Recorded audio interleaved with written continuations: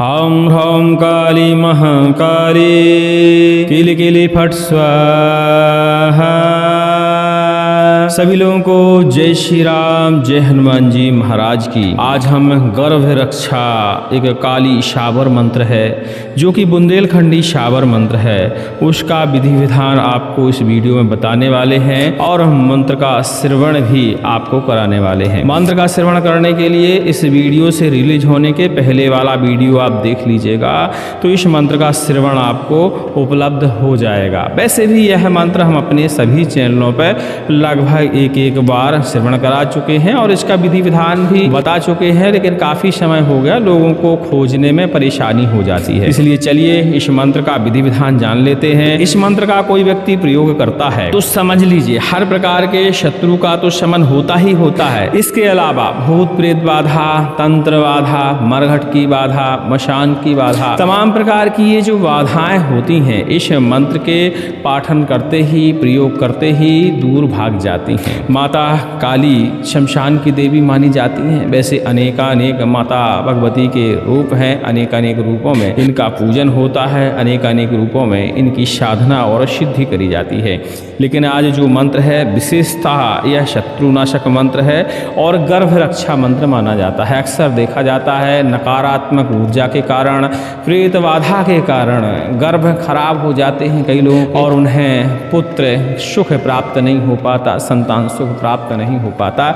ऐसे लोगों के लिए यह मंत्र विशेष माना जाता है और गांव देहात में इस मंत्र का प्रचलन भी है। और इस मंत्र से एक बार यदि आपने गला बांध दिया यानी ताबीज बना दिया, समझ लीजिए 9 महीने हर हाल में गर्भ की रक्षा होती है। कोई कुछ नहीं बिगाड़ सकता, कोई नकारात्मक शक्ति प्रभाव नहीं डाल सकती।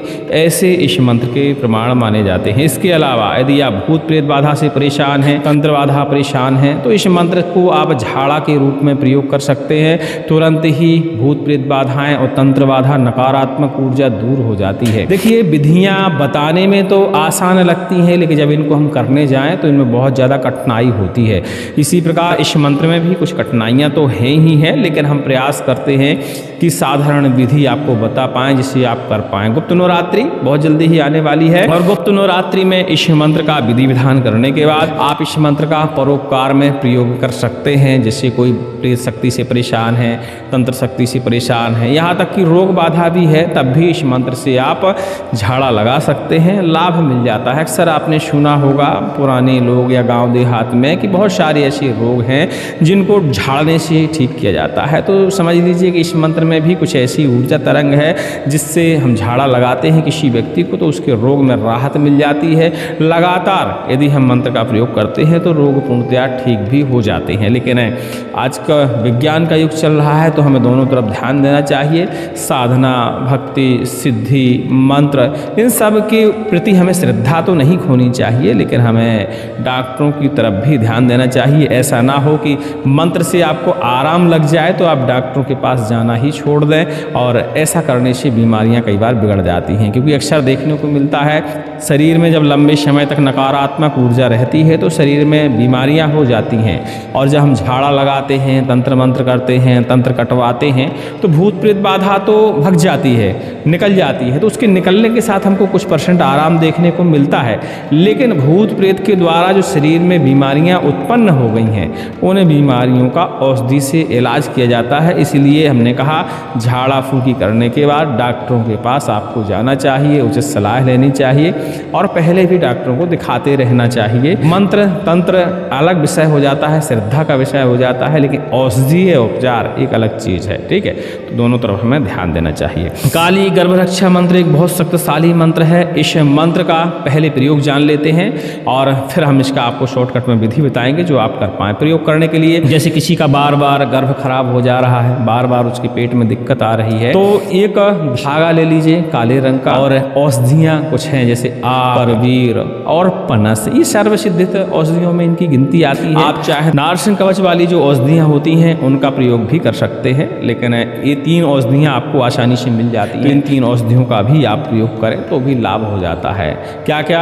आक, करवीर और पनस। 3 औषधियाँ आपको रविवार के दिन ला लेनी है। काले रंग का धागा लेना है और काले रंग के कपड़े के अंदर इन औषधियों को पैक करना है और इस मंत्र का 108 बार पाठन करते हुए आपको होम लगाना है। होम लगाने के बाद थोड़ी सी भस्मी आपको उठानी है और उसी कपड़े के अंदर बढ़िया से पैक करना है। ऊपर से पॉलीथीन वगैरह लगा देनी है ताकि वाटर प्रूफ हो जाए बढ़िया से, और कमर में बांध देना है भैया। जिससे महिला के प्रॉब्लम होती है गर्भ की बार बार, ऐसी महिला के कमर में इस धागे को आपको बांध देना है। ऐसा करने से समझ लीजिए कि उसका गर्भ जो है पूरी तरह सुरक्षित हो जाता है।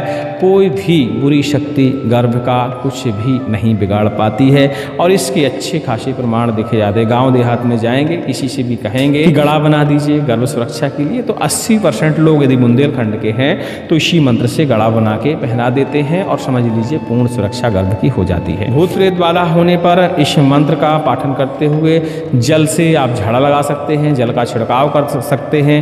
गाय के पूंछ के बालों से बनी हुई रस्सी, जिसे सांठ कहते हैं बुंदेलखंड में, उस सांठ का प्रयोग भी झाड़ा के रूप में आप प्रयोग कर सकते हैं। सागीन का प्रयोग भी आप कर सकते हैं, तुरंत ही भूत प्रेत बाधाएं दूर हो जाती हैं। शत्रु बाधा होने पर यदि कोई शत्रु है ऐसा जो बार बार टोना टोटका हमारे ऊपर चलाता है, मारण मूड वशीकरण का प्रयोग करता है, तमाम प्रकार से हमको प्रताड़ित करने का प्रयास करता है, इस मंत्र को 1100 बार जापन करते हुए आप सिद्ध करेंगे और सिद्ध करने के बाद माता भगवती काली से प्रार्थना करते हुए अपने शत्रु शमन के लिए प्रार्थना करेंगे। काली गुंजा अक्सर पंसारियों के यहाँ मिल जाती है, जंगल में भी मिलती है। काली गुंजा अभिमंत्रित करना है इसी मंत्र के साथ और शत्रु के घर में उस गुंजा के बीजों को आपको फेंक देना है। सेही का कांटा भी इस मंत्र से अभिमंत्रित करके अपने शत्रु के यहाँ उस कांटे को यदि पहुँचा देते हैं तो शत्रु का समन होना शुरू हो जाता है। ऐसा इस मंत्र का शत्रुनाश में भी प्रयोग किया जाता है। लेकिन ये तो विधियाँ देखिए बात का विषय है, आप सिर्फ गर्भ रक्षा और भूत प्रेत बाधा से मुक्ति पाने का विषय ध्यान रखिए। हमें कभी भी मंत्र तंत्र शक्तियों से दूसरों का नुकसान नहीं करना चाहिए, ये तंत्र मंत्र के नियम के खिलाफ माना जाता है। ठीक है, अब चलते हैं इस मंत्र को सिद्ध कैसे करें। गुप्त नवरात्रि में किसी भी दिन से आप शुरुआत करिए, चौथ से, पंचमी से, छठ से, सप्तमी से, बैठकी से भी शुरुआत कर सकते हैं, कोई दिक्कत नहीं है। जिस दिन भी इस मंत्र का आपको अनुष्ठान करना हो, सिद्ध करना हो, उस दिन बढ़िया से व्रत रख लीजिए। माता भगवती काली का विधि विधान से पूजन करिए। धूप, दीप, स्नान, ध्यान, नैवेद्य, ये सारी चीज़ें अर्पण करने के बाद माता को बढ़िया से पूरी चढ़ाइए। पान, बतासा, गुड़, चना, ये सारी चीज़ें माता को अर्पण करिए। श्रृंगार उनका करिए, उनके सामने बैठ जाइए, 4 मुख का दीपक जला लीजिए, रुद्राक्ष की माला ले लीजिए और इस मंत्र को जापन शुरू करिए। कम से कम भैया 11 माला जप कर लीजिए। और 11 माले में देखिए समय तो लगता है, 5 घंटे का हमने अनुमान लगाया है कि 5 घंटे का से ज़्यादा का समय लग जाता है। ठीक है, तो इतना समय आपका लग जाता है। तो गुप्त नवरात्रि में इसकी 11 माला जप कर लीजिए। 1 माला होम लगा लीजिए, शुद्ध घी से लगाइएगा होम, और लकड़ी देख लीजिएगा नीम और पलाश की ही होनी चाहिए, उसमें ज़्यादा संविधाओं की आवश्यकता नहीं है। बस होम लगा लीजिए।